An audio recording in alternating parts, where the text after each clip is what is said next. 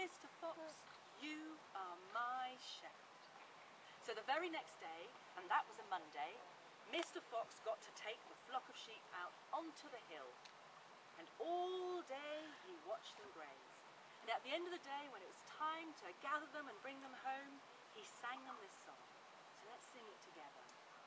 Little sheep, come along, it's time to sleep. Gilly bom, come home, come home. And all the sheep gathered, and Fox grabbed the nearest, heaviest thing she could find, which was a big milk churn full of milk, and she threw it at the fox, and it hit him in the backside. Ow, ow, ow, he said. And she shouted, "You're fired!" Should we all shout that really loud at the fox? "You're fired!" And the fox ran off with his tail between his legs.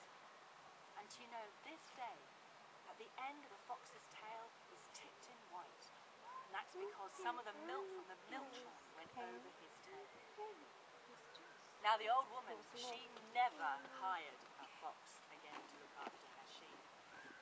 And that's a very sensible thing to do, because a fox is a very tricky, sly and cunning character.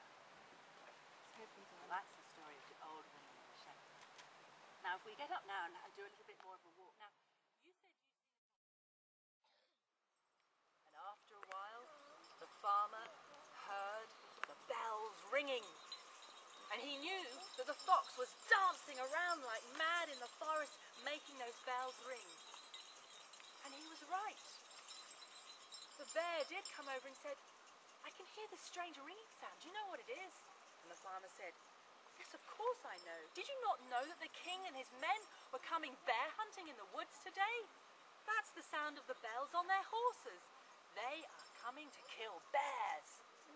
Now the bear, who before had been this big, surly, frightening bear, suddenly turned into a scaredy, cowardly bear, and he said, "I don't want to be hunted. I don't want to be killed. Oh, please, farmer, help hide me. Don't betray me to the king's men. I promise, I won't kill your horse, and I won't eat your horse or you, if you just hide me." Well, that was a bit of a turnaround. And so the farmer led the bear to a cart, the cart that he bought the plough on to plough the field. And the bear, big bear, crouched down by the cart and hoped. He kept his eyes shut. And he hoped that that bell ringing wouldn't mean that the king's men would find him and hunt him down. So the fox came out of the forest, came as close as he possibly could to the cart, but he didn't go so close that the bear could see him. And he shouted out, "We're on a bear hunt. Is that a bear you have down there? I can see a dark shape down there. Is that a bear you have down there?" And the farmer stood up, No, sir. We don't have bears down here. This is a tree stump. I've just felled it." And he came rushing in a real state. And the first thing he saw was not his grandmother, but the spider. I think he'd almost been probably having a bad dream about a spider.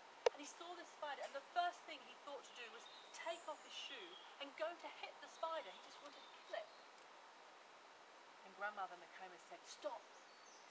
You will not harm the spider." And the little boy put down his shoes. "But why, Grandmother? It's scary." "No, he's beautiful. He's weaving this beautiful web. You come here. You've had a bad dream. Let me hug you. You know how nice it is if you've had a bad dream and you can go running to someone and they can give you a really nice hug and you know everything's okay and it's all right." And so the little boy went on with his day and he was all right.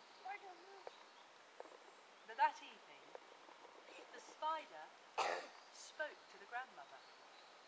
And he said, "Grandmother Nokomis, thank you.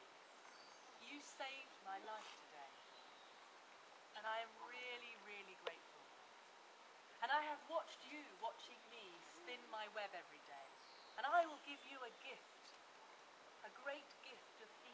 And I will teach you how to weave within a circle of willow, a sacred hoop. I will show you how to weave magical threads that will catch the bad dreams of all children. And when I've taught you, you can teach the other people in your village, and then they can teach their children. And this can be a gift that passes down through generation and generation, so that the web will catch the bad dreams, and the circle in the middle will allow the good dreams to flow through, so your children will only have good dreams. And the bad dreams that get entangled on the web will be transformed by the love in which you have made the web. And when you make this, make it with love, and make it with good thoughts and lovely feelings, and it will protect your children. A clock like that, like this is the clock's going round. If you do it with your left hand, you'll be going like a clock backwards, so you'll be going this way. Which is the easiest. So the idea is to go around the outside. So you've got your string in your right hand, you go through an edge, go up over the top, and you bring the string back in underneath, and you bring it into the side that's the smallest space. Okay, you've got this big space here and the smallest space.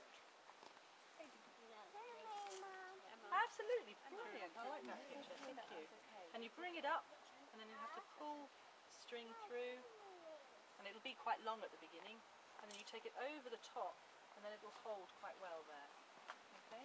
So you take it a little way over the top, outside, up, under, and bring it back into the small space. Bring it through. And you can keep it quite tight then. And then you can do that again. Over the top, underneath, pull it back into the small space, and bring it through. Over the top, underneath, bring it back into the small space, and then take it across. Don't take it all the way to the place you started, take it just sort of close to it. And then the next bit going on the inside is you go to the middle of this string that you first did. Go to the middle, it's the same thing, over the top of it, bring the string underneath and back into the small space,